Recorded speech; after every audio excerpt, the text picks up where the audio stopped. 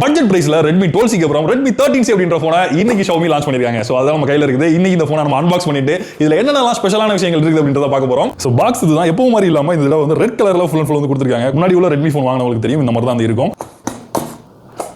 So first எடுத்தோடனே phone கொடுத்திருக்காங்க. அப்படியே வெளில எடுத்தோம் அப்படின்னா வேற லெவல் டிசைன், ஸ்டார் ட்ரைல் டிசைன் அப்படின்றாங்க. ஸோ இது நம்ம லைட் வந்து படும்போது பார்த்தீங்கன்னா பல சூப்பராக வந்து தெரியுது.